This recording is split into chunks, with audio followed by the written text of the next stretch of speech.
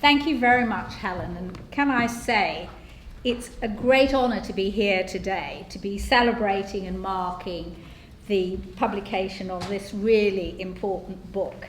It was a major event in publishing and particularly in the development of feminist scholarship. And it's too rare an event, I think, in this country, in our celebrations on thinking about feminist scholarship.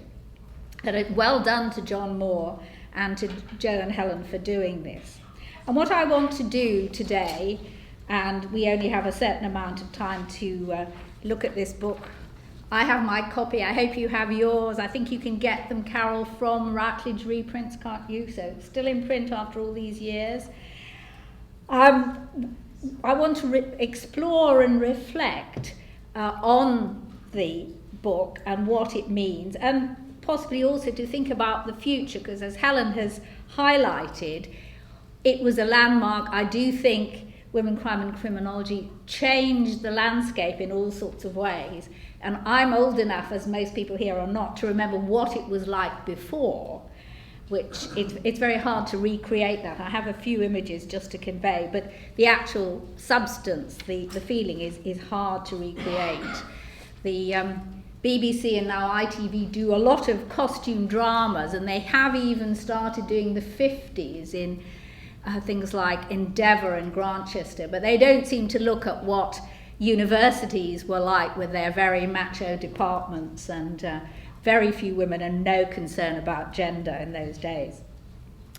Now, I think that Women, Crime and Criminology was, sorry, this goes a little slowly, it was what I would call a classic critical text. It carries an enormous amount of weight in what is the first publication by a young scholar. I'd describe a critical classic text, oh sorry, that hasn't gone up quite, as something that has significance, it makes an impact, it's original and of lasting importance. So that's quite a lot of freight to carry, and I'm just briefly going to suggest why those, I believe, are true. It was, first of all, the first full-length contribution to the development of feminist criminology. There were two earlier books by Adler and by Simon, published in 1975, but they deal with particular hypotheses on women and crime. They don't cover the field in the magisterial way that Carol does, and they're certainly not comprehensive treatments of the topic. And indeed, Carol Smart herself provided later a full critique of Frida Adler's rather curious argument that liberation of women causes crime. As well as being innovative, there are lots of other notable features of this work. I think Carol won't mind me saying she was very young at the time, and her study was the outcome of a master's dissertation. And I would argue, and this is something we can take up perhaps in further discussion, that while Women, Crime and Criminology doesn't come, so to speak, from nowhere, it does come from an unexpected and apparently unpromising background. Very little research had been done, and few publications had appeared on this topic. Even fewer, I can think of hardly any, had a subtitle of a feminist critique. A number of contemporary reviews, Helen mentions one, a very disobliging one from David Farrington, which you may think is typical of Cambridge of that era, and possibly since. More sympathetic ones nevertheless show just how remarkable this book was. One American reviewer at the time says that it's clearly an attempt to add to the slowly growing literature on the female offender by offering a feminist critique of classical and contemporary theories of the nature and etiology of feminist crime, women and crime. Rita Simon herself, who had published a book, described it as a useful addition to the small but expanding library of recent empirical work on women and crime. So at the time, no one, least of all those already engaged with empirical work on women and crime, really realised what had been achieved, and it was only gradually, but fairly decisively, that things changed.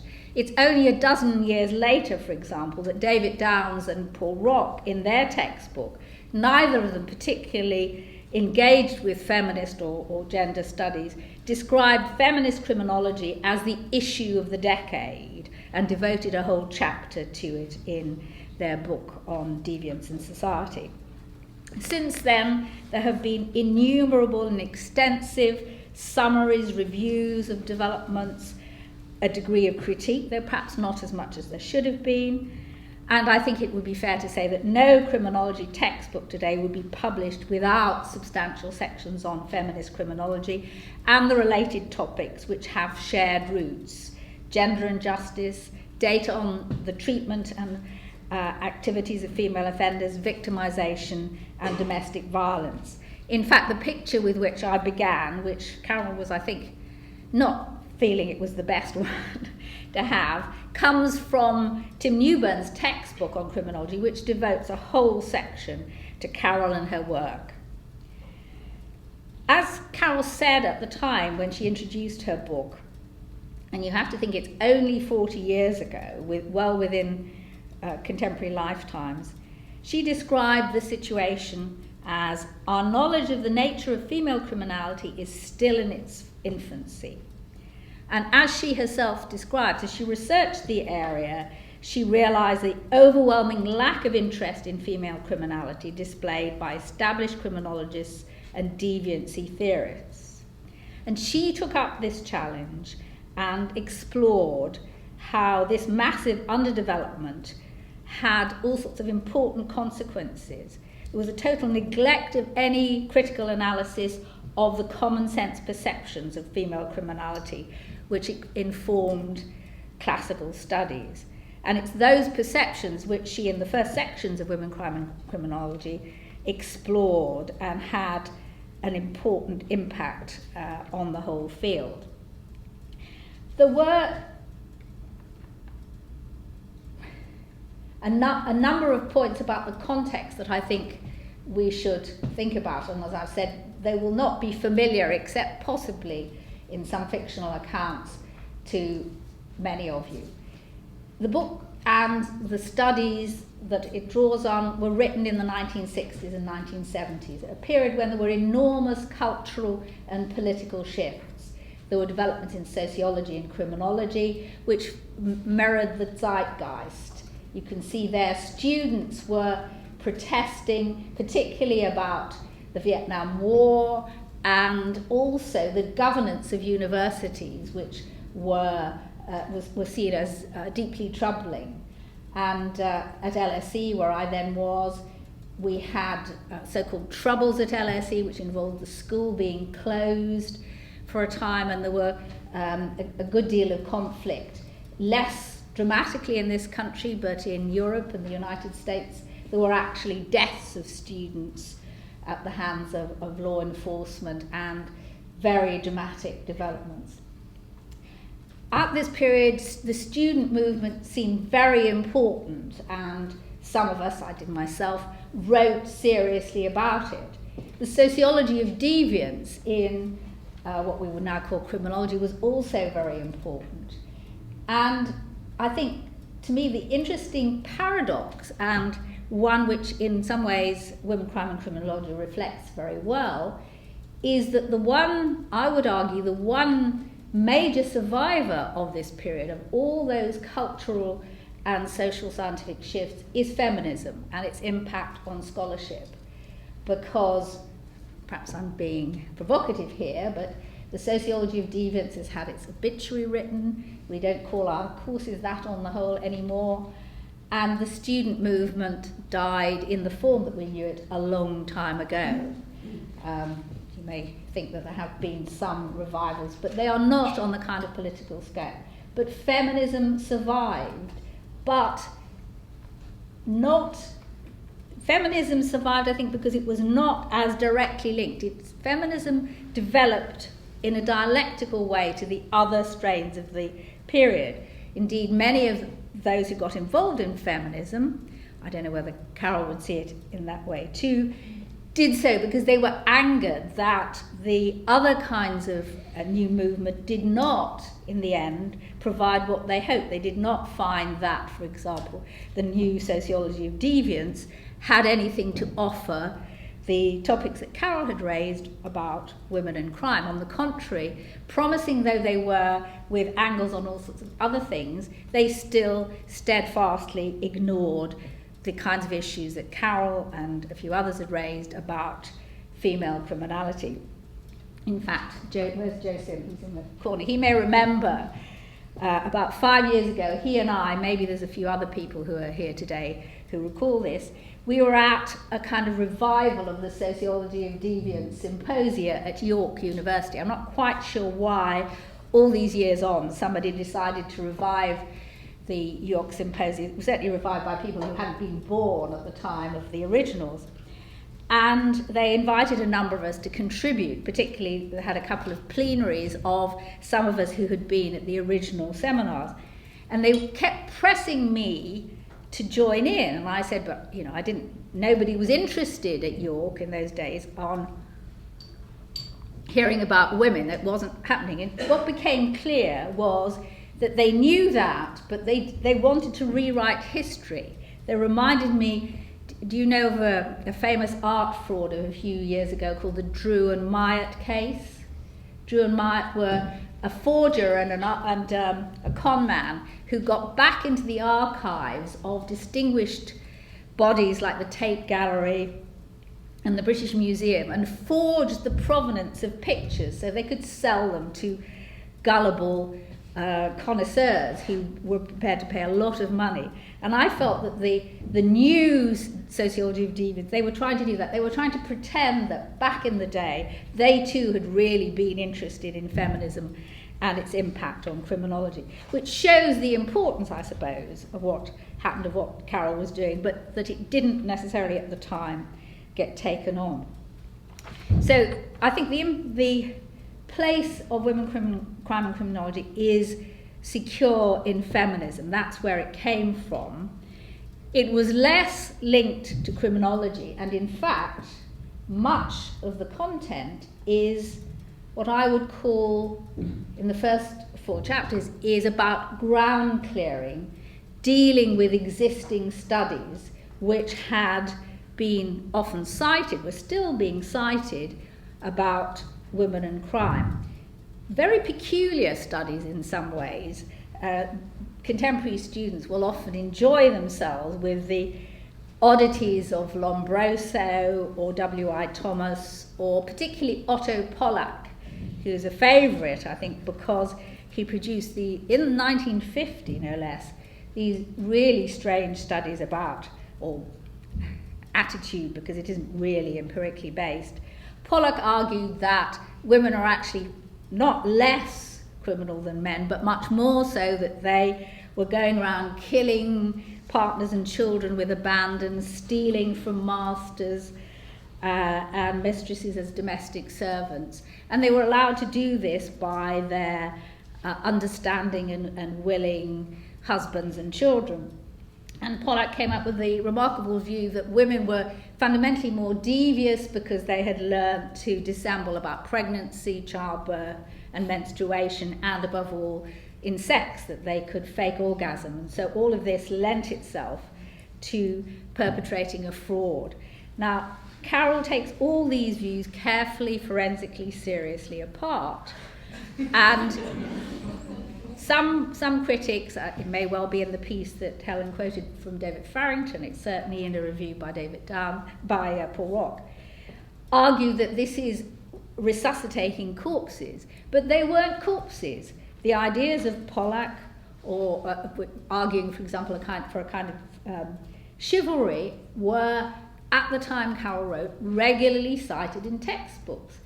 The distinguished scholarly Herman Mannheim quoted the notion of chivalry, quoted Otto Pollack in his magisterial book on comparative criminology, published at about the same time. So what Carol was really pointing out, there are these really strange few works on women and crime, And they have survived and not been subjected to criticism because there isn't anything else, and because not only is there little work on women and crime at the period of which she's writing, but those studies that have been produced have not been seriously challenged or developed. And that was a major task for her in Women, Crime and Criminology, and I think has remained an important one to do. You may still see versions of these ideas popping up, but I think to deal so comprehensively with this work in such a serious way was a massive and important critical contribution. Later in the book, she goes on to the treatment of women offenders, and I see I've managed to get a spelling mistake in, I'm sorry about that. And also, and I think this is an aspect of the comprehensive nature of the book, she looks at women in prostitution, women and mental illness, because all of these topics were related very commonly then, and it was argued by some researchers that mental illness was a kind of functional alternative, as far as women were concerned, to the criminality in which men expressed their deviant behaviour. And again, carefully, thoughtfully, she addresses all these points in a detailed and critical way. And it's an amazing achievement. I think nobody nowadays could even remotely attempt a work of this range, scholarship and coverage, simply because it would be too vast. And that in itself is an enormous tribute to what Carol did in this work, because she was able to cover so many topics so fully, and nowadays we simply couldn't do it. And many of the topics she talked about have generated their own massive literature and fields of study. I think what Women, Crime and Criminology did, it was a comprehensive feminist indictment of the field.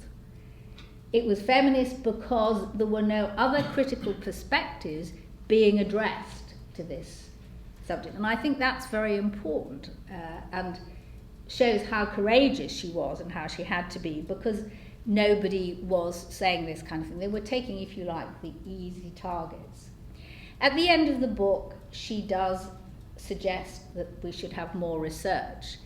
And I think that's what everybody saw at the time. There was so little research. There were no delinquent girls. There weren't the kind of subcultural other studies. Everything was swept into very small areas. Many theoretical approaches did not address the fact that women or girl offenders would not fit the model that was being offered. As well, I think Women, Crime and Criminology set an agenda for that time and ever since. A whole lot of issues were dealt with, subjects directed, landmarks pointed out and posted for us all. And I think to an enormous extent, Carol set that agenda, and we've still followed it, even though she herself didn't stay around, so to speak, to make sure that we did. But not as, I mean, she stayed and done lots of other work. Sorry, I don't want to miss it. But she didn't stay with the project of feminist criminology, having decided, and that's something we can discuss, that this was the wrong kind of direction to take. But many people did, so to speak, follow what she was offering. She raised, even in Women, Crime and Criminology, and it was more recently, I think, coming back to read it after a period, I realised how prescient she was, because she sets her own warning. She suggests in the book that doing this important work, setting an agenda, suggesting research projects, could have its downside. She's not gung-ho about what we should do. And she points to two possible problems, and I would be interested to hear whether she thinks after 40 years that if those were the problems we encountered. I think we actually encountered others, but people here may have different views as well. One is what I would call the Pandora warning. You remember Pandora was the Greek mythical figure. She opened, despite many warnings, and this is really in a sense just another of those misogynistic stories like Adam and Eve in the Bible.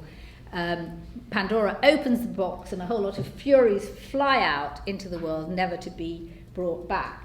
And what Carol is suggesting is, I think, a Pandora warning that if we focus, as she was then and had been little done before, if we focus on women and crime, women offenders, then there's a danger that lots of bad things may happen. It may be impossible to go back to a state of ignorance and innocence which on the whole existed, that there were certain attractions in not having these topics discussed. I think that it's a shame to remain in ignorance, and I do think that the whole enterprise of women, crime and criminology was a very worthwhile one, but I do appreciate the warning, and that's been taken up much more recently by a number of researchers, many of them feminists, like Lauren Snyder, for example, who've argued that the feminist focus on women offenders and they're being treated seriously has had poor side effects, bad side effects, that the growth in the penalisation of women across the world has some of its origins in feminism, because that has carried a penalty of its own for women, that taking women seriously means treating them equally, and that there's a sort of punitive equality. I couldn't resist putting a couple of male criminologists on there just to entertain you. They're both dead, so they can't complain. Sorry, that's not meant to be nasty.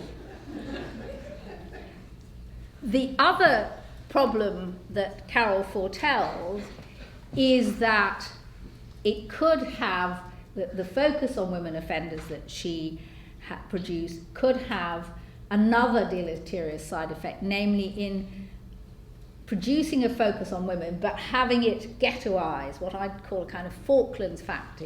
You focus on something but you still keep it isolated, you don't integrate it properly in the rest of the world, and that it'll become a field that only feminists, only women researchers will produce. So she carried her own warnings, her own critique, if you like, even in this very early and new book. Although I think we can safely say that, as I think Helen was alluding to at the beginning, that there's still a great deal to be done of the projects and the agenda that Carol was advocating 40 years ago. Nevertheless, and maybe it's because my middle name should be Pollyanna, I do think that things have changed enormously, that the world of scholarship, of feminist work, is completely different. For example, the very topic we're discussing today is universally recognised. You will find Wikipedia articles. I'm forever telling students, don't believe it, it's wrong, but nevertheless it's there. You can Google women, crime and criminology, feminism, whatever. Some years ago, students of mine told me that you could buy essays online about Carol, about me, about comparing any of us. And one poor student said, well, I signed up to get an essay about Smart, and it was supposed to be $50, but it was $100. She's obviously worth a lot more. You can actually buy essays. I don't know who writes them. I'm sure they probably get more than any of us did for the things we originally wrote. But that is, I think, a measure, alas, in this monetized world of where we've got. There is a massively expanded agenda of public policy, the whole range of legislation and provision, much of it, of course, under threat, both directly and indirectly, for domestic violence, for offenders, for victims. You can't imagine the modern panics and concern about sexual abuse, even though a good deal of it, for example, in today's papers, is male-on-male sex abuse. You cannot imagine that without the kind of impact of women, crime and criminology and related work. The focus on victims, the awareness of gender. One of the things that Carol's work very clearly does is to deconstruct the concept, to get us to think about gender. Gender had been largely seen as a kind of solid concept, like a little block of Lego, not something that you could take apart and say, well, what does it mean? What aspects are we looking at? And that, I think, has changed. We've seen an almost overheated area of policies directed at female offending and victims. Not all of them successful or welcome. I'm not quite sure what to make of the latest proposal, for example, to close Holloway Prison in London. I think most people will be overjoyed. It's just what it's replaced with. I mean, clearly it's going to become highly expensive housing because of the kind of area that it's in, which is most of London these days. I would hope that you might get a kind of abolitionist approach where they pull it down and don't replace it. I recognise you have to have something for a very small group of women offenders, but I think that could be a good sign. There is a great deal of media interest now in women offenders, some of it a bit subtler and more nuanced than it used to be. It used to be the case that the idea about women offenders was that they were either completely uninteresting or they were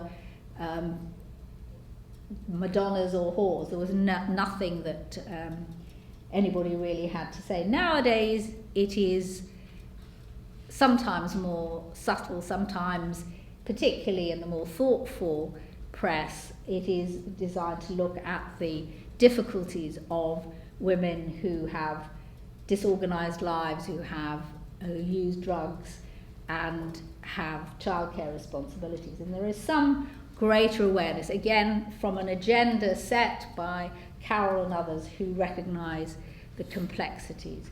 There is still I noticed that stories about women offenders will still have pictures of Myra Hindley, which seems sad and curious to me that this is the only person they can come up with. So, where have we got? What is the future? And I've left that blank because I don't think the future belongs to somebody as old as me, but I think it does belong to people here. I think 40 years ago, Carol set an agenda, raised topics, explored them fully in ways that nobody had done before. We're still debating those questions. We're able today to have a gathering, and the majority of faces I can see in front of me are young. Now, I think that's very important and very fruitful. I think there are still lots of issues to discuss, and there are possibly changes that we need to think about what's happened. One of my particular interests that I was discussing with some people before we came this afternoon is that I think we very much need to have events like this and more which, I don't want to use the term memorialise, but to recognise our history and to get down, before it's too late, what this meant, how much we've changed, and the world has changed since the 1970s, because it's not just reflecting on history that we need to do, it's also to recognise what has been done, what somebody like Carol, coming from, I'm not sure if there was a criminological establishment in those days, but if there was, she wasn't part of it, and perhaps that made it easier to achieve what all she did.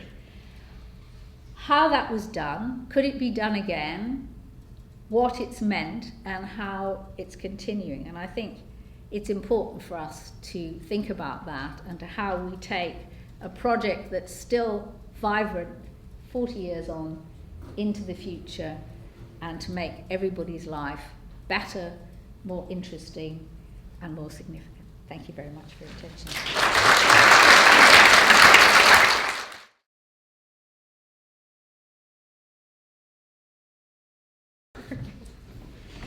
Right. Hello, everybody, and I hope you can hear me. I've got quite a quiet voice. I hope my voice doesn't drop at all. Can I say what a great pleasure and honour it is to be here as well and to share this panel with Francis and Carol.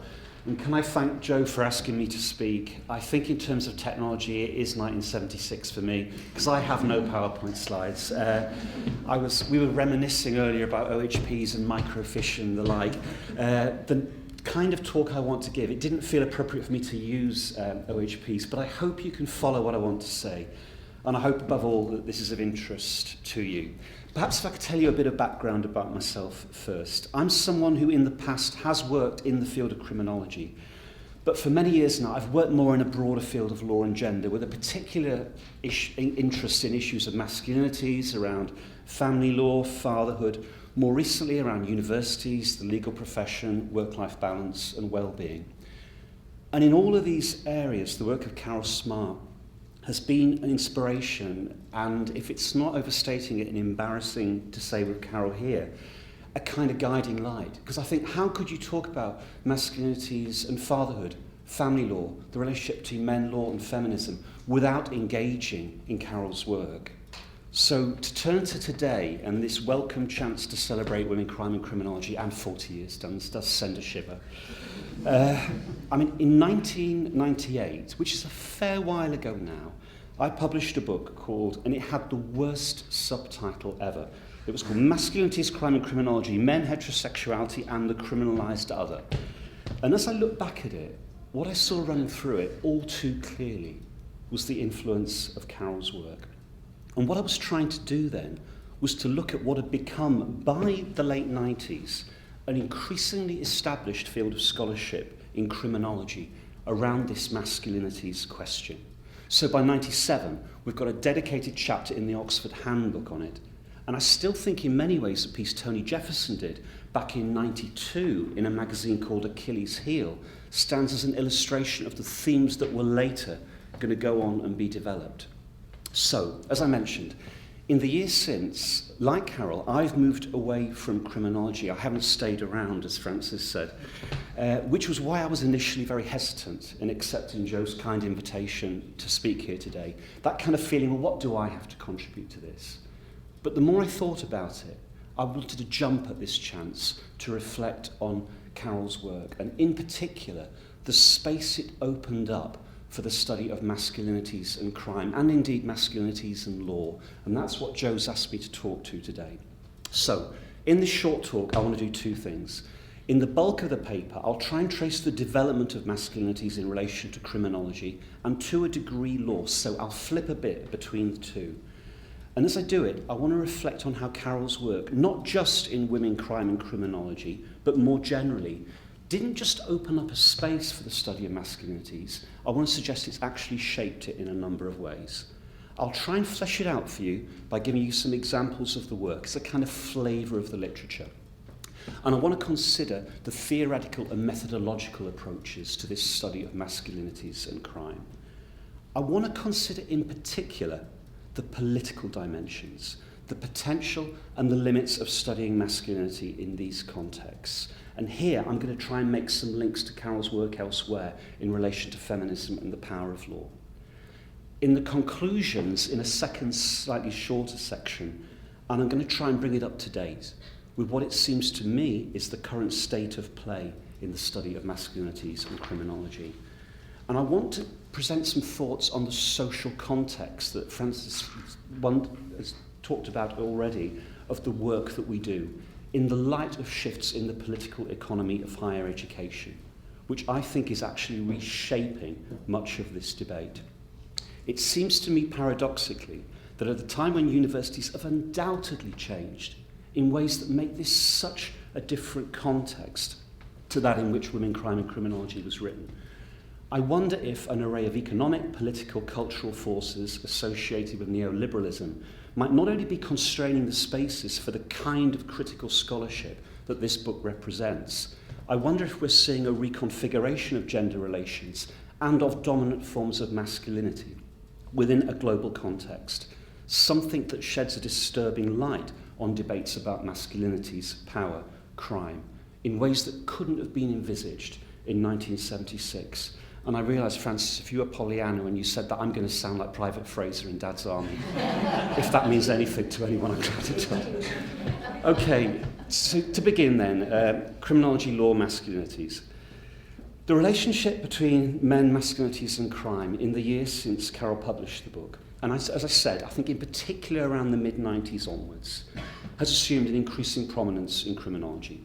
We could go as far as to say it's a reasonably well-established feature of the landscape. If not the very stuff of criminology, then certainly a presence in mainstream journal and the numerous textbooks aimed at students. Albeit subsumed into discussions of gender and crime, it's commonplace to find discussion of masculinities in overviews of the discipline, while at the same time, these various encyclopedias of men and masculinities and handbooks will have a discussion on crime and criminology. So we've got a kind of two-way exchange taking place. Much of the engagement has focused in particular on the work of James Messerschmitt and Tony Jefferson, who I'll come back to. So, how did we get here, and how does women, crime and criminology fit into this? When I was doing a PhD on masculinities and family law back in the mid-80s, so this is 9 years after the book, and I remember so often being asked by legal academics, what has masculinity possibly got to do with law? And at the same time, that question, how can you study men? Surely there just aren't enough books on all of this. And even at the time, that seems such a strange comment, not least in relation to criminology, but also law.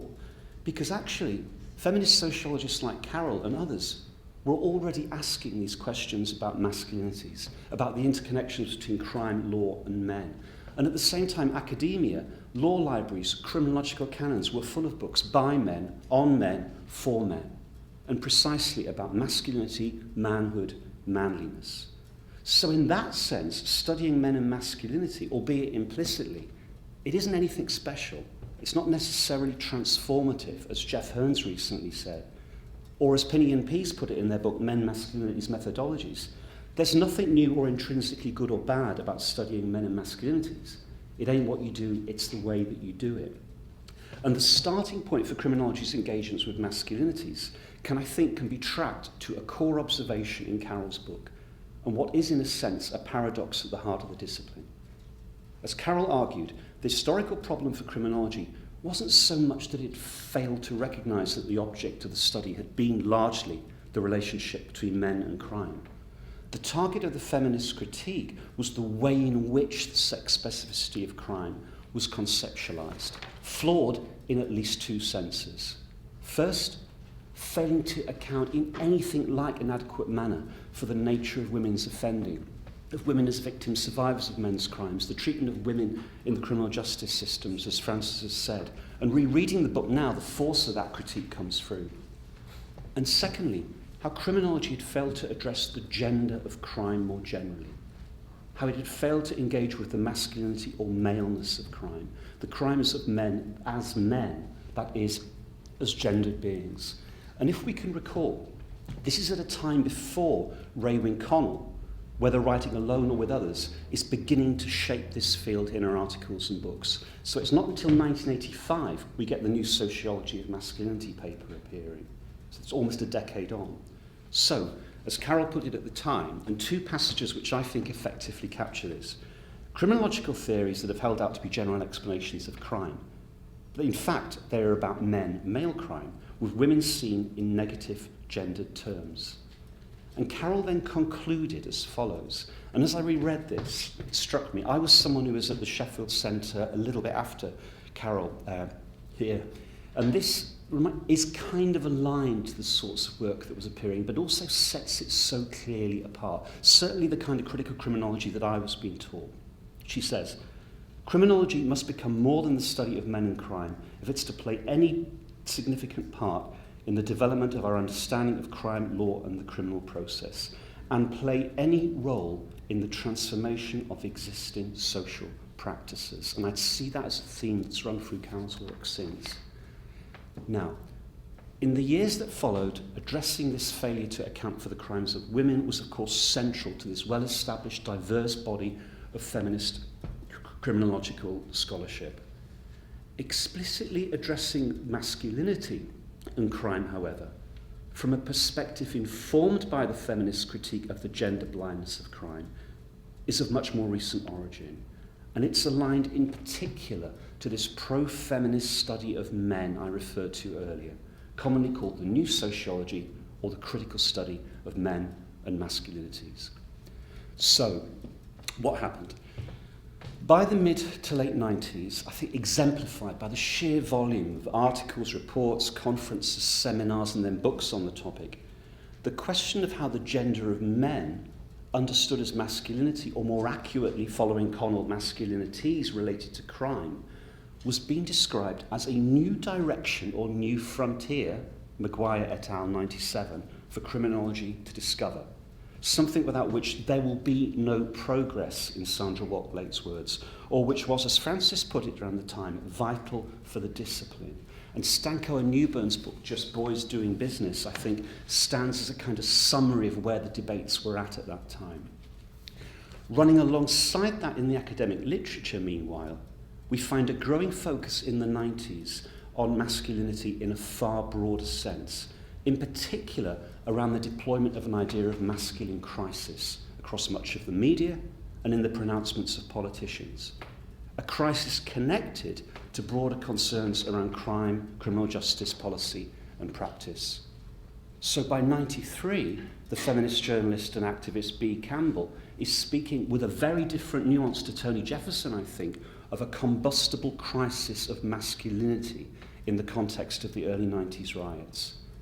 And in different ways, what I was trying to argue then, coming from law, was that we saw manifestations of this construction of a masculine crisis idea, deeply problematic, across a range of areas of family law. For example, whether in relation to child support or divorce. And we can see this cultural, political problematization of masculinity as part of the backdrop to what was going on in criminology at the time. So in a sense, mirroring the kind of context shifts that Francis talked about earlier. So in summary then, after what appears around a decade gap after women crime and criminology, we find a shift of focus by the late 80s, early 90s, by which time academic criminologists, those working with men across diverse fields and contexts, government itself in trying to develop gender-sensitive, relevant policies, are beginning to integrate some kind of sensitivity to this masculinity of crime, or at least engaging in a different political terrain around masculinity. But, let's be clear, the core assumption was that there was some analytic gain to be made for criminology by taking masculinity seriously. In some accounts, the spectre of the unanswered sex question, explaining the gender ratio generalizability problem, was seen as a litmus test for the viability of the discipline, as Judith Allen put it. The question, in a widely cited passage by Liz Gross, of what it might be about men, not as working class, not as migrants, not as underprivileged individuals, but as men, that induces them to commit crime. Here it's no longer women who are judged by the norms of masculinity and found to be the problem. Now it is men and not humanity who are openly acknowledged as the objects and subjects of investigation. And in the case of crime, it was argued, if criminology couldn't explain the gender ratio of crime, its own generalizability problem, then what was the social political significance of this gender blindness, as Gelsthorpe and Morris put it in 1988, echoing Carroll's argument in 76? What did the historical failure to engage with the gender of men tell us about the success or failure of criminology in seeking to account for otherwise controlled crime? And I see that theme running through Carroll's 1990 Atavistic Man paper. So looking back then, it was striking that both, to use Garland's terms, criminology's Lombrosian and governmental projects were embracing this masculinities question.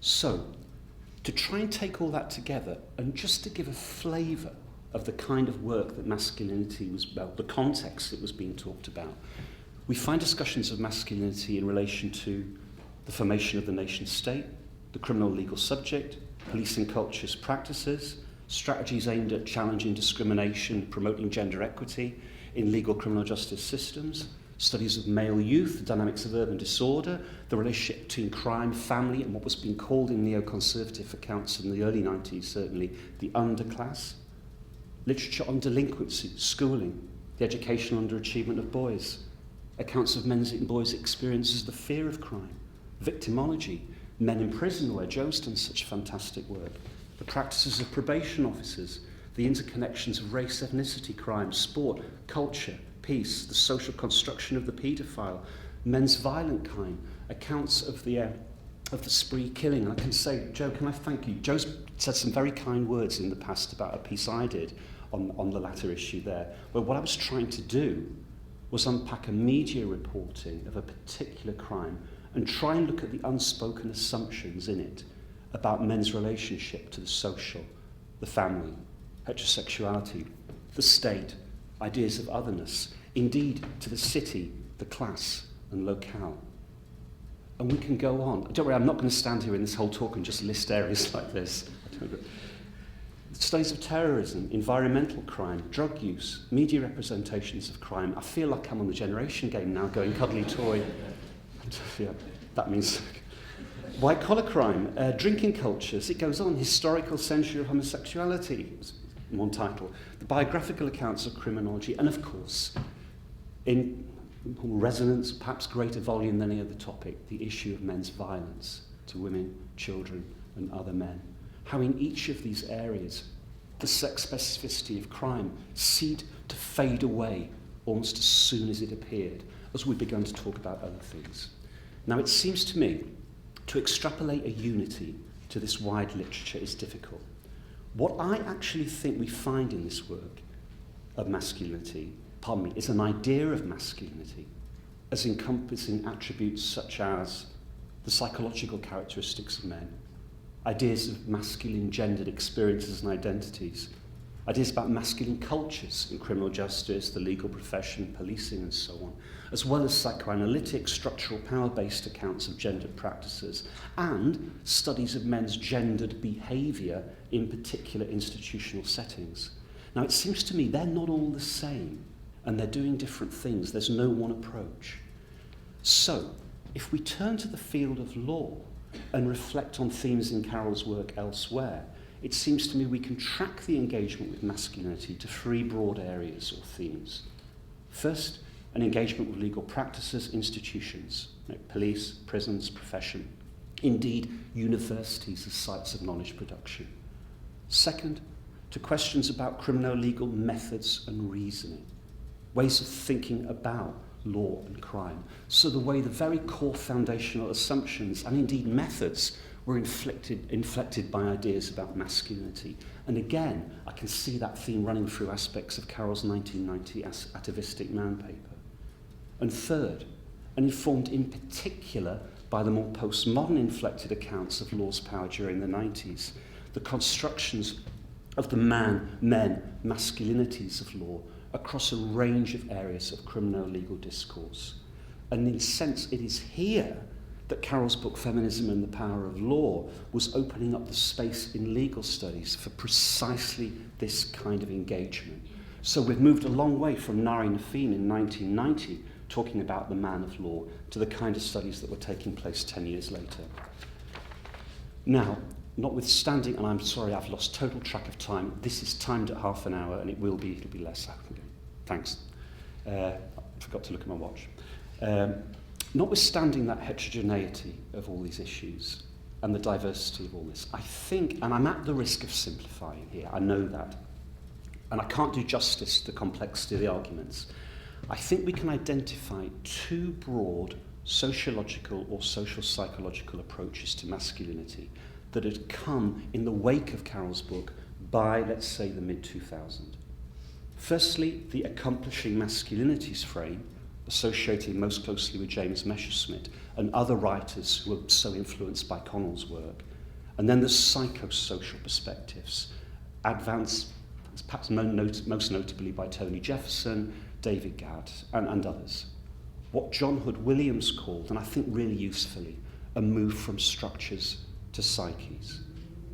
So, with regard to accomplishing masculinities, and I'll pass over the critique of hegemonic masculinity. I mean, that is an entire subfield of scholarship in itself. What we find in criminology here is an attempt to go beyond and challenge those sociological theories of the male sex role of the 60s and 70s that tended to see masculinity as some kind of internalized role, identity, or disposition, to question that categorical thinking that Connell talked about in 1987. Yet, from the outset, there were problems with this approach. For example, that the structured action approach failed to account for or theorise the subjectivity of individual men, where some men might turn to crime and others do not, given that most crime is committed by highly specific subgroups of the category of men. So we see the argument by Steve Hall in Daubing the Drudges of Fury trying to unpack the class-based assumptions of this hegemonic masculinity thesis. Example, how if masculinities are offered up to all men in a particular socio-cultural location, why do some men choose one and not another masculine identity? And who anyway, as Sandra Walkley put it, is doing this offering up? Example, how what was missing, and this was the argument advanced by Jefferson, was any engagement with individual life history and biography, and how that might impact on any such choice. And how in this deployment, masculinity appeared a kind of primary or underlying cause of a particular social effect, crime, and simultaneously something which resulted from it. After all, it's accomplished through crime. How, as Walkley again put it, not only does this reflect a failure to resolve the tendency to universalism, it can be read as tautological. Let's remember that critique of the universalism is a theme in Carroll's later criminological work. So, for the writers coming from the psychosocial approach, we get something very different. One concerned with these social and psychic processes that inform men's experiences of masculinity. But again, it was argued, there are problems. For example, was this work not equally as androcentric as the social structure theories it was claiming to supersede, presenting a kind of positivistic notion of progression, and what is in effect another grand theory of the crimes of men, of the very kind that a strand of Carroll's work has found problematic. For example, in something like the narrative interview method, it was difficult to see how structural dimensions of gendered desires, aspirations, fears, and questions of power could be addressed in any meaningful way. So, as I reread those arguments for today, I was reminded, and Carol, can I apologise now? I'm going to refer not to an article, but to the blurb on the back of a book. It's terrible to do that. I mean, who gets blurbs quoted at them? I'm sorry. This is something that Carol said in a 2008 book by Adrian Howe called Sex, Violence and Crime, Foucault and the Man Question. And Carol described it as a book resuscitating feminist ways of knowing into the core of the criminological enterprise. A passionate book about an important subject, and I would agree. What we find in that book certainly is an argument that doesn't hold back in its critique of this strand of work on masculinities and crime, suggesting that it is inflected, and I quote Howe, by an extraordinary anti-feminist animus in the rejection of feminist work as simplistic, theoretically naive, and not as advanced as it should be. Part of Howe's argument, as I read it, is that this kind of work, in its assumptions about what she calls a few good men, passes over precisely what Carroll was arguing in Feminism and the Power of Law, with regard to how what is lost are questions about power, as the picture becomes, at its worst, a reading of weak or inadequate men, and ascribes to feminism a voice that, in Howe's words, has not been voiced since the 1970s. So, I'm going to bring this to conclusion. And I want to ask, and I'm so glad in the introduction you said, where are we now? Because I'm trying to shoot Bowie song titles into my lectures and everything I've been doing recently. Where are we now? I'm going to make 3 points, and then I'm going to conclude, having introduced how it developed, given you some examples, and charted those 2 main approaches. 1, it seems to me the debate has moved on conceptually and politically. Even in law, where masculinities is marginal to mainstream scholarship, I'm under no illusions about that, but even in law in recent years, we've seen the emergence of what's been called a legal masculinities scholarship, that is trying to conceptualize more precisely what it means to speak of men as a gender category in relation to law. Remembering, in 1989, Carroll is speaking of the links between doing law and doing masculinity. So I'm thinking of work like Nancy Dowd's The Man Question, Feynman and Thompson's book, Exploring Masculinities, special issues of the Harvard Journal of Law and Gender, the Nevada Law Journal, Rudy Cooper and McGinley's book, Masculinities and the Law, and I've put my own book, Men, Law and Gender, into the mix there. In the United States, we're seeing an attempt to develop what's been called a multidimensional masculinities theory, bringing together themes of feminist work and critical race theory. But I do think there is a need for caution. Turning to sociological debates and kind of post-hegemonic masculinity, as it were, and looking to writers like Jeff Hearn, I think we can see a shift in focus in the masculinities scholarship away from masculinities and to men. We now have a substantial literature that critiques the concept of masculinity, whether it's coming from historical, queer, post-colonial, materialist, or the post-structuralist approaches that inform much of Carroll's work. And what it's doing is calling for more precision about what we mean when we speak of masculinity. And that is something that I've tried to do in this brief talk today. For example, are we talking about men's practices or identities, or cultures associated with men? What are the risks in using masculinity as a kind of primary way of explaining men's actions or men's power? And that arguably has been a particular problem in criminology. So what we're seeing is an attempt to name men as men. Or as Hearn puts it, the social category of men is more hegemonic than particular masculinities. And it is a male subject that can be denaturalized. So the focus is shifting away from this abstract gender concept, masculinity, towards questions about what we do as men, our actions, our behaviour, our power. It's an important shift of focus. Second, I think we need to reflect on the context and institutional grounding of this research. Internationally, work on masculinities is being undertaken outside law and criminology faculties in ways that draw on different kinds of methods and assumptions, traditions. There are a wide range of networks and alliances of non-governmental organisations like Men Engage, working with men and boys in ways to reduce gender inequalities, and in ways that engage with law and criminal legal bodies. That work might encompass advocacy and communication, community-based interventions, group education, evaluation of services, but it's coming from a different position. Third and finally, and to look to the bigger picture of knowledge production. To go back to Connell has asked a number of years ago now whether there has been a Western-centric focus to this work on law and masculinities. Or as Connell puts it, what happens if we look beyond the North, beyond the Anglosphere? What new questions about men, masculinities, crime, states, legal systems arise?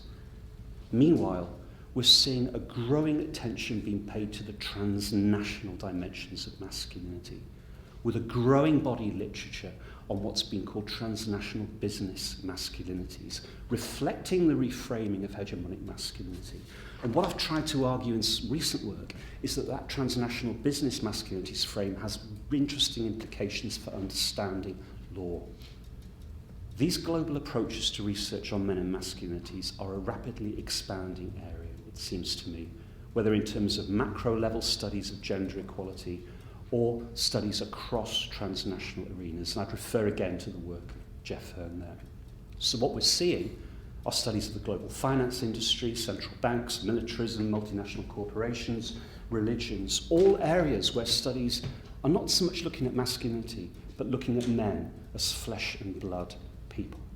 So, to conclude, these are Carol's words in 2012. I'm doing it again, Carol, I'm quoting your words back here.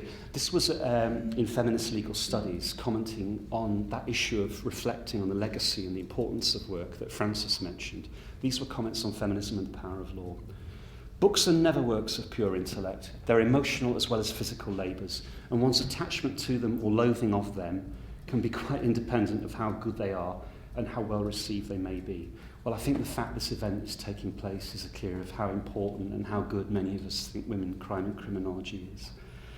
What I've tried to do is draw out some of the ways Carol's work, not just here but elsewhere, opened up a space and has shaped this writing on masculinities, law and crime.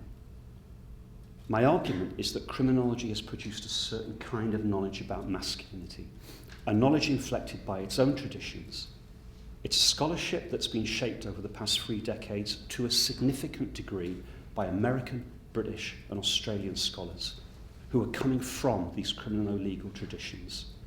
Yet if we look to the wider context of research, it seems clear to me that a singular concept of masculinity can't account for the complexity and multidimensional nature of men's lives over the life course. And the life course is something that is really missing from a lot of this work. Adopting a broader and comparative approach to men and masculinities reveals, I think, a texture and nuance to these studies that is begun, that arguably the earlier work did not catch up on. So back to women, crime and criminology. If the issues and concerns around gender and crime are the same, as similar as Francis said, what's changed perhaps is the way we talk about these subjects. In masculinities, as in feminist work, we have a more nuanced conception of power, a recognition of the complexities of power in contemporary society. And then I think, is that not what Carol was arguing in work going back to the 1980s? How sex inequality could be entrenched at the very moment it is challenged around the contradictions of law. How law can be productive of gender, but law itself is not monolithic. And an appreciation, as Carol brought out in her work on personal life, of the internal external forces that can complicate this entrenching and constraint of power. So my last words, it seems to me criminology has much to gain from a closer, more nuanced engagement with the masculinities literature. But I'm unconvinced masculinity is a concept that can hold it all together without the kind of fleshing out that has happened over the past 2 decades. And it's a fleshing out to which Carol's work has made such an important contribution. I'm going to end with what quote from Nick Groombridge in 1999, going back to this issue of staying in criminology. It remains to be seen whether anyone will want to be dragged into criminology's closet.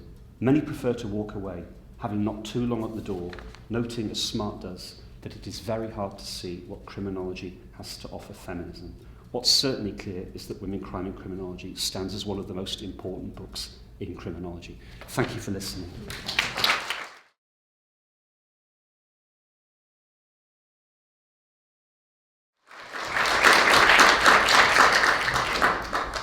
Thank you very much, Joe and Helen, for inviting me. I was very touched when Joe put the proposition to me, because I am fond of women, crime and criminology.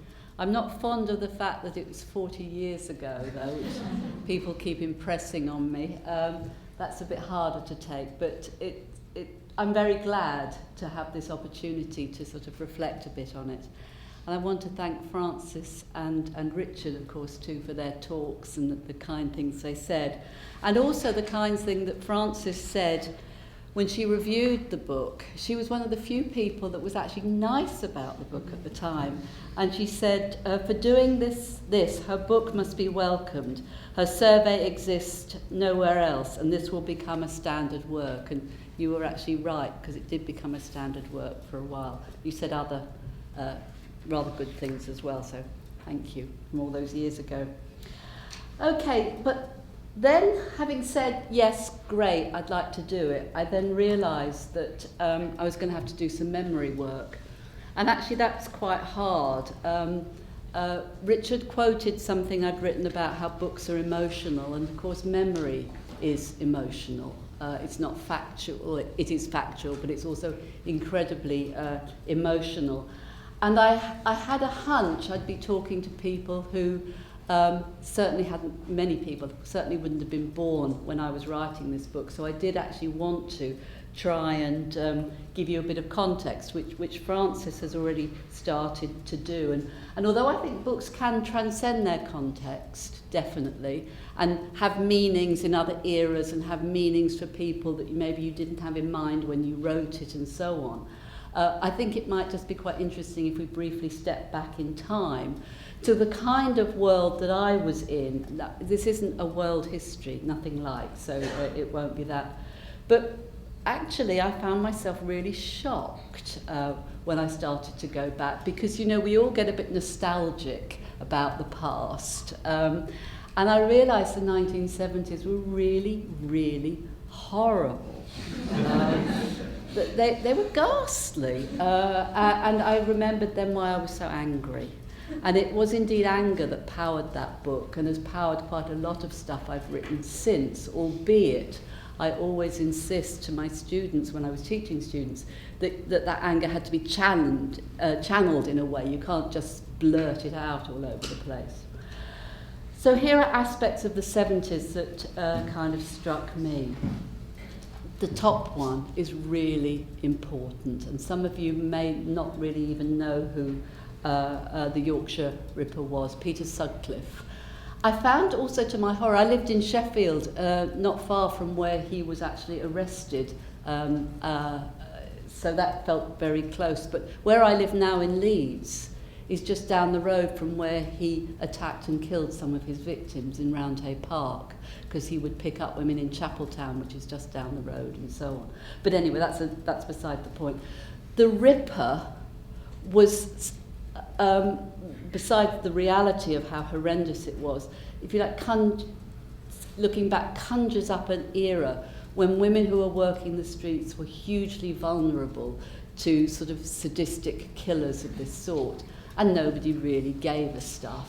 As the chief of police at the time said, they really only became interested in him when he killed his first innocent victim. In other words, it didn't matter as long as he was killing prostitutes, but once he killed a student, the police became more interested. And that kind of just encapsulates some of the attitudes that were around at the time. I won't go through all of these things. The Gay News blasphemous libel issue was kind of interesting too. Any issues around homosexuality was so fraught at the time, and it was a really difficult time if you were gay or lesbian, to say the very least. I threw an inflation rate of 15%. I want you to try to imagine what that might have felt like now that it's at kind of 1% or less than 1% and so on. And then, of course, although my book came out before Margaret Thatcher, there was the dawning of the era of Margaret Thatcher at the end of the 70s. And during that era, we also had miners' strikes. There were later ones as well, of course, a 3-day week, power cuts, and, of course, what we're about to experience again, which is a referendum on what was then the EEC. So again, just to give you sort of some slight sense of issues that were around then. But there was also the women's movement. And to echo something that Francis was saying, I was realised when I was trying to use prompts for my memory how little is written about the women's movement. If you go to Wikipedia, it's all about what happened in America and the American women's movement and so on. Because the women's movement in this country at the time actually, I mean, had marches and so on, but actually went on quite a lot in quite private spaces as well. So consciousness-raising groups were one of the main sort of tools of the women's movement then, and they weren't publicly visible or publicly available. But these are a few of the things that went on. The wonderful Spare Rib, Feminist Review, the Reclaim the Night marches in the UK were particularly to do with the Ripper, but were also wider than that as well. And of course, ultimately, the Greenham Common Peace Camp. So a very, very active feminism. Lots of things to get involved with at the time. A lot of anger from women who then came together to speak bitterness. We used to have this concept of speaking bitterness, which is when actually women started to get together to say that they shared certain kinds of experiences, and they turned it from not just personal issues, but into bigger political sort of issues at the time. But as I say, a lot of that is underwritten, I think. But looking back more personally, Women, Crime and Criminology is a consequence of my master's degree at the University of Sheffield. So that's where I was doing it. In the year when, just after actually, Taylor, Walton and Young had produced the new Criminology.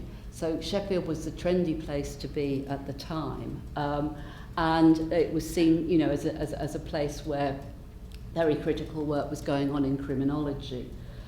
And I didn't find it particularly critical or exciting, it has to be said. I found it quite a tiresome degree at the time. And there was absolutely nothing about women. I was already a feminist at this point, albeit, you know, a sort of fairly young and eager one. But I had been involved already as an active feminist, and particularly with a group called Radical Alternatives to Prison. They actually had started a campaign just before I started this MA on closing Holloway Prison. And I'd worked on that campaign of closing Holloway Prison. And it's only taken 40 years, although, as I say, who knows kind of quite what it will replace it with. So the book was about filling a gap in knowledge. It was also an expression of my anger about what was going on in that course and so on. I look back and I wonder how the hell I had the cheek to do it. You know, I was, as I like to imagine now, about 12. I was probably less than that in my intellectual development. I was just angry about the stuff I was reading at the time, which we've had reference to, people like Pollack and others and so on. I could barely believe it. I could barely believe the sorts of things that were being said about women. So either they were not interesting, and again, reference to things like the National Deviancy Conference. Women were only at the National Deviancy Conference as groupies, and I do mean that. That was basically how you could be there. So the radical end of criminology, the National Deviancy Conference, was about glitzy, you know, kind of super rock star kind of guys. No place for women there, obviously. Or it was the more institutional sort of criminology type of thing. So there wasn't really a place for the kind of work that I wanted to do. In fact, I'll be honest with you, I didn't know I wanted to do any of this kind of work. I just got really angry and therefore sort of did it. So it was my MA dissertation, which then got extended. And I want to draw your attention, I'm sure you've seen it, you know the title, but the subtitle of Feminist Critique is really important, because I never pretended I was going to offer this grand new theory that would explain everything to do with women and crime. It was meant to be a sort of critique of ideas that were around in order, as Francis has said, to clear the ground a bit. And it was a decade for ground clearing. It was, in spite of how bad the 70s was, it was great for feminist publishing. It really was. Suddenly, there were all these books coming out every year. This is just a few of them. But such important books. Juliet Mitchell, Anne Oakley, Sheila Rowbottom, etc., etc. Erin Pitsey on domestic violence. Susan Brownman, I did put her in, as she's American. I've tried to stick to British. But nonetheless, Susan Brown-Miller's book on rape was so very vital. So all of these really, really important books that were landmark books in so many ways. So what was interesting, and this was maybe better then than it is now, is publishers really wanted anything that had feminist in the title. Some 30 or more years later, they're much less interested in things that had feminists in the title, but then they were really, really keen to publish these books. Journals weren't, but journals were in the grip of different people. But publishers, obviously with a more commercial eye, could see there was this new market out there, and that there were women moving into publishing as well, and they were encouraging of all of this. So I think that's why Women, Crime and Criminology actually got published, because it, you know, I was a complete unknown, but there was this whole sort of venture that was starting to go on. So I lucked out in many ways. But it was not universally well received. We've had one example of that. I want to give you another one. I love this one. I understand he did retract. I look at Francis. This is Paul Rock. It is not apparent whether Smart is entitled to assert that the criminological everyman is everywhere and indisputably male. It may just be as proper to depict him as a hermaphrodite or a social chameleon. The analytic puppets of outsiders becoming deviant and so on are not given explicitly female qualities. Well, you can say that again.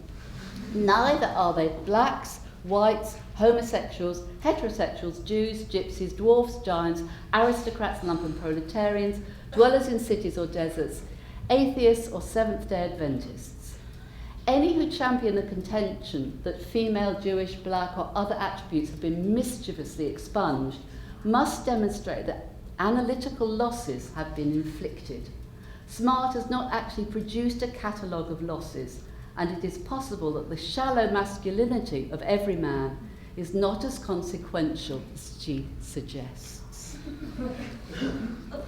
So if you follow that, because it's actually written in a very condensed kind of fashion, he's basically saying that the characters that you find in criminological texts up to that day are neither male nor female nor anything. They are just, if you like, these characters that don't have any of these characteristics. In other words, they're not human. And so he's very critical of what was then a major feminist argument, that the use of the pronoun he actually does exclude women. And you need to pay attention to the use of the pronoun. I wrote a response to this, of course, but there was this indicative, if you like, of what I see as a sort of very put-downish kind of review. In terms of the intellect that he's trying to use, the terminology he's using, and actually sort of trying very much to put this book in its place. You know, I'm quite wrong about these things. Now, of course, women, crime and criminology is not above criticism. I would be the first to say so. I mean, as I said to you, I'm surprised that I had the audacity to publish it, because it does have lots of problems with it, and I certainly wouldn't write it again now. But in a way that doesn't matter, because I think you always have to start somewhere. But I think it was needed in '76. I think it's hung around far too long, I really do, and I know it was used in A-level teaching and so on, and I suspect also that people looked at parts of it I'd rather they didn't, and not at the parts of it I would like them to. But there was one area in the book that I think, I'm really glad it's there, but I think is underwritten, and then I think has been overlooked, and it's that area that I actually want to say a few words about today. So I want to stop wittering on about the past, well, not quite, but to talk about a particular theme in the book that I really, really think remains incredibly important. And this is about the sexual exploitation of children, and specifically in institutions, although not exclusively in institutions. But in the book, it is actually about children in institutions, which I do actually think was one of my more prescient moments too. The attitudes I found then towards the children in children's homes, in approved schools, was deeply shocking then, and I think it is still deeply shocking. So that's really what I want to talk about. Give you an example of that. This is something I quote in Women, Crime and Criminology, and it came from a book by Helen Richardson, who I'm going to use a bit here, and who I've got over there. This is a head of an approved school talking about the girls in approved school. A more serious problem is presented by girls, often committed at a very late date, as in need of care and protection. In our view, this term is wrongly used, as they are not usually innocent victims of circumstances, but girls of shallow personality to whom promiscuous living appears attractive. They are often completely antisocial, absconding, refusing training, and committing further offences. So these, as everybody knew at the time, young women and girls who were in approved schools and various homes, at least 75% of them, if not more, had not committed offences, but had had offences committed against them. They were there for being in need of care and protection, as it says. But at the time, people used to sort of just draw a veil over that, because they'd say, well, they're likely to commit crimes anyway, and so on, and, you know, they need to be here for their own good. And in a sense, that's where it also becomes a bit chilling. What was happening in the 1950s and 60s and 70s, and I'm going to indicate earlier as well, and still now, was what I'm calling here the narrative construction of victims. And I'm putting victims in quotes there, because although they were victims, they weren't really seen as victims at the time. So although people had to use the terminology that they were victims, what you can see all the time is they step back from that to say, well, they're not really victims at all. And this comes from Richardson's book. The 10 girls, so she did a study of young women in the different kinds of approved schools and homes. The 10 girls with incestual fathers, 8 of whom had come to approved school as a result of being the junior partner in the incest, had a very difficult readjustment to make. And again, I just want to draw your attention to the term junior partner in the incest. And that again conjures up, if you like, a particular way of understanding what the young women's experiences have been. The girl who had been the victim of incest and had come to approved school for care and protection at least left the scandal behind. This was a story of a young woman who had been the victim of incest, but the concern was more for her mother and her sisters who were left behind. Not in a good way, though. The concern was these other family members still had scandal in the neighbourhood, whereas at least this person had escaped the scandal and come to this home. So again, that kind of construction of the person who has been abused in this way. The classifying school girl who had their early, usually their continued sexual experience with pickups, gravitated to a few distinct groups: American servicemen, seamen of various nationalities, and coloured immigrants in the overcrowded quarters of large cities, especially in Manchester and Leeds. Now, I hope some of this is beginning to sound a bit familiar to you. So these particular girls, are picked up by men. That's where they have their sexual experiences, and they're identified as being around sort of where soldiers are, where seamen are, and also where coloured immigrants, that's the terminology used at the time, were in these cities. So we kind of already know some of this stuff. We know that a lot of the young women in children's homes had been abused, or they were under threat of some kind of abuse. They had problematic home backgrounds. That they would abscond from school, from these places, and then would be found in places where you'd find servicemen, sailors, and so on and so forth. So kind of we knew that. This book was published in 1969. And again, this is Richardson. She said of one young woman, "Life seemed to conspire against girls who needed all the moral support possible. A rather dull but happy, friendly member of the 100 sample was assaulted by an uncle when she was 5 and was just completing 3 or 4 years' treatment for a venereal disease as a result of this when she was again sexually assaulted, this time by her paternal grandfather. Her headmaster was concerned about her gravitation from the age of 12 to the less desirable boys." I just want you to hear the tone. I want that to sort of sink in, that somebody could write of a victim of incestuous rape and later forms of abuse.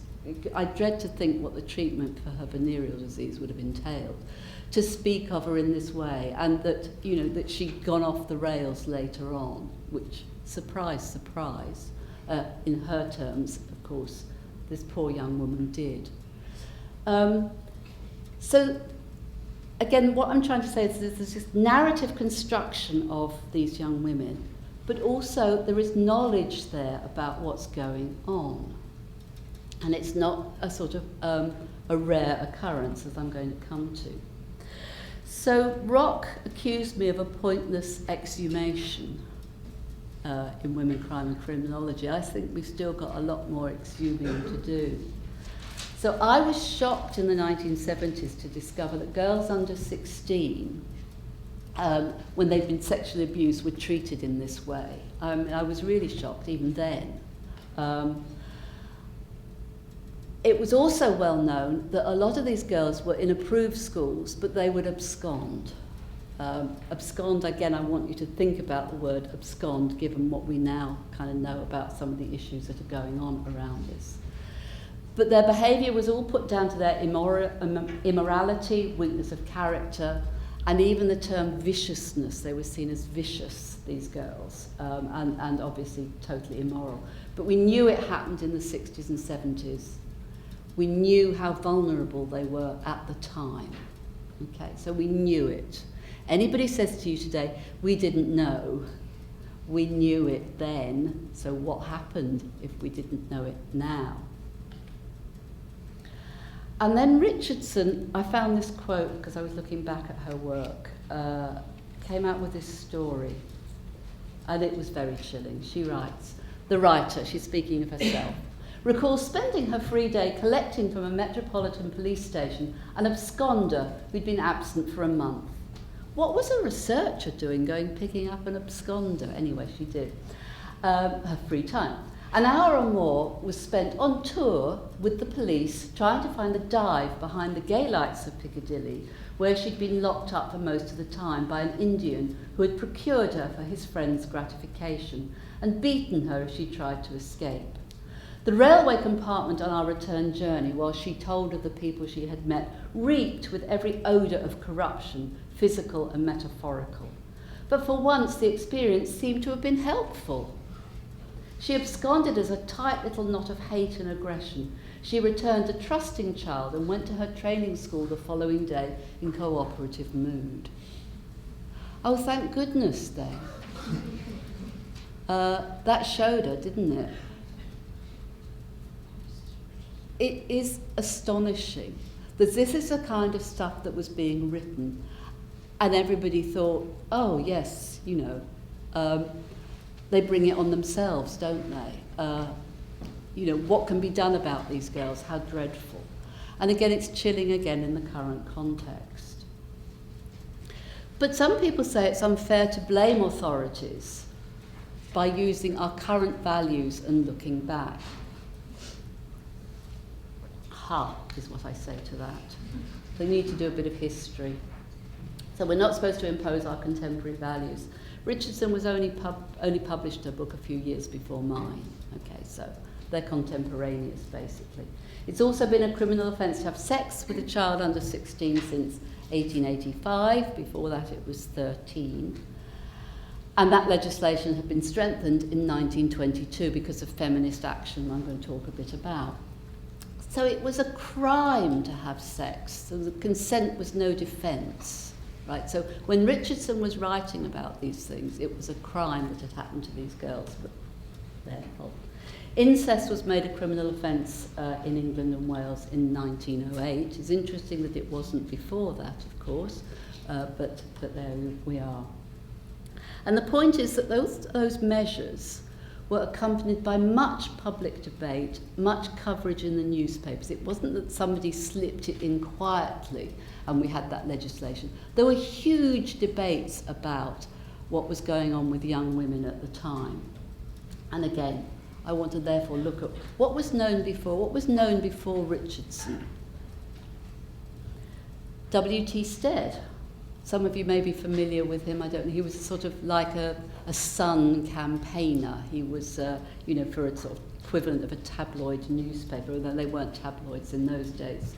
He wrote for the Pall Mall Gazette, and he wrote 4 articles in there.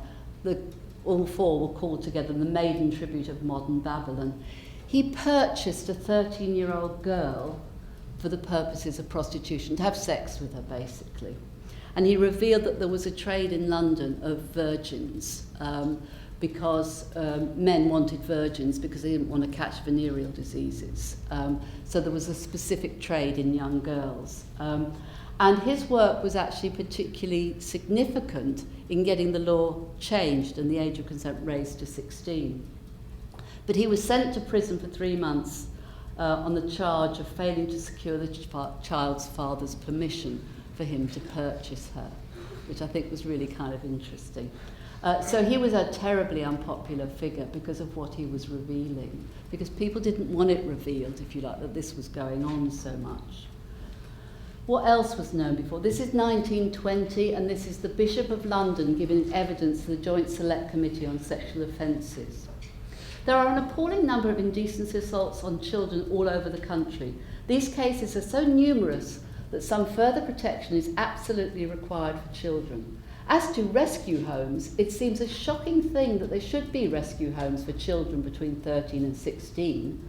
The Salvation Army have very large numbers in their homes. The Church of England have places which are full of children who've been tampered with at these early ages. I saw an article published in 1915 stating that in 29 years the NSPCC had dealt with over 32,000 cases of children. It was in the Church Times, 32,204 girl children victims of immorality. And in 1914 in London alone, 119 cases were dealt with. So again, this is known. The sexual abuse of children is known. The Bishop of London knows about it, so he's able, I mean, one can't rely necessarily on the statistics, but it's well known in the Salvation Army and the NSPCC that this is going on. A slightly different voice, the rather wonderful Medical Women's Federation, a feminist group of women medics, in giving evidence to the same select committee, said in 1920, to awaken or excite the dormant passions of a child or young person by such means prematurely is to confound its sense of right and wrong, and to give it a false view of human and social relationships and duties, which it is very difficult to correct later. The physical and mental balance is often upset and healthy development hindered. Not only unfortunate impressions, but severe neurosis may persist in later life as a consequence of such experience. Now, I think that's really important, because what that actually does is it offers you, if you like, quite a modern understanding of the damage that child sexual abuse does to the child and then the later adult. If you like, these women medics had that understanding. They knew the harm it caused. So if you like, the more dominant idea that children couldn't remember, didn't know what was happened, or grew out of it, or were so vicious themselves anyway that they were like that to start with, is belied by the fact that people had this knowledge that that kind of abuse really did harm children. And more chilling still, this is 1924. 17 girls between the ages of 6 and 10 years old living in an exceptionally well-administered home were notified as suffering from gonorrheal vulvovaginitis, gonorrhea for short. So here we have children in a children's home with gonorrhea. This was in the Lancet, and the editorial says, many little girls are carriers of gonorrhea. Again, I just want you to think about that for a moment. Little girls are carriers of gonorrhea as a result of infection by towels, WCs and lavatories, and the youth of a child is by no means preclude the possibility of her having gonorrhea. No towels, baths or bedroom chambers should ever be shared by girl children in institutions. A similar outbreak observed this year at a convent home for older girls in a home county was traced to infection from one or more imperfectly cured cases of gonorrhea by towels and baths. The women medics poured scorn on this because they already knew that you couldn't pass infection so readily in that way, not least because all of these things would be boiled and washed and so on and so forth, and it wasn't nearly so easy to pass those infections on. So we have a knowledge of children in institutions who are suffering from venereal diseases at the time. So what is the contemporary relevance of this then?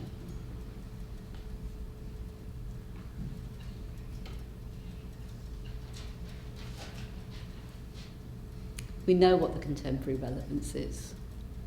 The sudden rediscovery that children are, if you like, subjects of this kind of abuse. And although obviously, Jimmy Savile and Ray Terrett were able to use an institutional context, several institutional contexts. I want particularly to draw your attention to things like the North Wales Children's Homes. Frank Beck worked in children's homes and procured children for high-ranking men. Kincora's boys' home, it's not just girls, it's boys, of course, as well. Catholic Church, Church of England, and, of course, just come out in the last few weeks, a report on Rotherham, but others, Rochdale, Oxford, Derby, Plymouth, and so on. Rings of paedophiles who are able to exploit children in institutions or as running away from institutions and so on, as particularly the case in Rotherham. And this is the J report on Rotherham, which was talking about what happened in Rotherham. What was interesting was in 2002, there had been a Home Office researcher or somebody who had Home Office research income to find out what was happening to children in Rotherham in their children's homes. And she had found the trade in children that was going on in Rotherham, and she'd written about it. And it points out here that it contains severe criticism of the agencies in Rotherham involved with child sexual exploitation. The most serious concerned alleged indifference towards and ignorance of child sexual exploitation on the part of senior managers.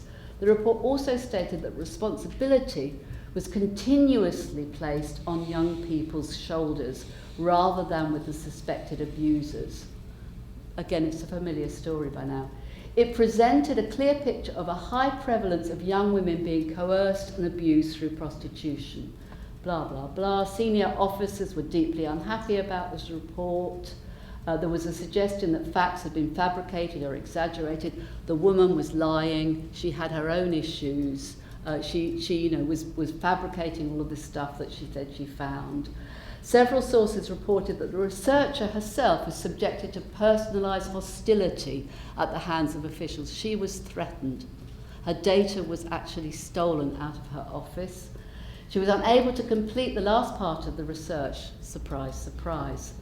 The content which senior officers objected to has been shown with hindsight to be largely accurate. So in 2002, this nearly came out, but it was suppressed again by people either not being interested or deliberately refusing to allow that material to come out by complaining so much. And of course what it reveals is a whole ring of sort of corruption. And she says, Alexis J in her report talks about the number of cases that they discovered, and it's a very conservative number of 1,400 children, they reckon, were abused, but it's probably more. So have we cracked this problem now? So I've taken you back to 1885 to 1920, into the 1960s, and now up to now. So can we all go, yahoo! At last, we've cracked the problem. Well, this was Mary Lowndes, who wrote a report on child sexual exploitation in 1923. A wonderful, wonderful pamphlet, actually. She says, and it could make me cry, but in very truth a new day has dawned, though the sun has not broken through the clouds. In former years we might have said, surely 10 righteous men in higher places might arise and remedy these horrors of child sexual exploitation. They have not arisen. Now we say 10 million women voters can deal with these questions. So she placed so much kind of emphasis on the fact that women could have some political clout. As knowledge of the true situation grows, more and more they will stand behind Lady Astor, Mrs. Wintringham and their supporters in the House, urging the Home Secretary to look into this matter and to act. If he would act quickly and strongly, he would have the whole of the awakened public conscience behind him. So she had faith in an awakened public conscience in 1923. So it raises the issue, should we have faith in an awakened public consciousness now? So I want to talk very briefly, and I'm finishing now, on the difference between ignorance and active not knowing. People can be ignorant of the fact that children are sexually abused. But that should not be confused with active not knowing, which is actively looking away, actively not seeing what's right in front of you. It being to serve your own interests, not to pursue certain kinds of issues that are right there in front of you. And I'm not pushing that as far as corruption, but there may also, of course, be corruption. They may well find corruption in Rotherham. So these are headlines from last month. This was the researcher who had her data stolen so that it couldn't become public. And of course, only this morning, in The Guardian and The Times, the Church of England, right up to the office of Welby, the Archbishop of Canterbury, who turned a blind eye, who didn't want to do anything about repeated claims about sexual abuse, and staff ignoring all of these claims. It's become really quite sort of routine almost every time we open our newspapers now. So, my rear view mirror, which has brought us actually up to the present day. If I was writing the book again, and I'm sorry to be so serious, but I still feel so angry about this. But if I was writing the book again, I think it would all be about this. I may be tracing in much more detail the sort of history of the institutional and institutionalised sexual abuse of children, whether they be girls or boys. I don't think that actually, in one sense, matters too much. So that would be a much bigger bit. As I say, I'm glad it was there. I'm glad it was there in the way I'm glad that prostitution and rape was there. One of the criticisms that the book received was, what on earth were issues of rape doing in a book about criminology? Because that wasn't they were victims, and that wasn't, women didn't rape women, so why was that interesting, and so on. But I'm glad it was in there, because obviously I was trying to expand the scope of thinking at the time.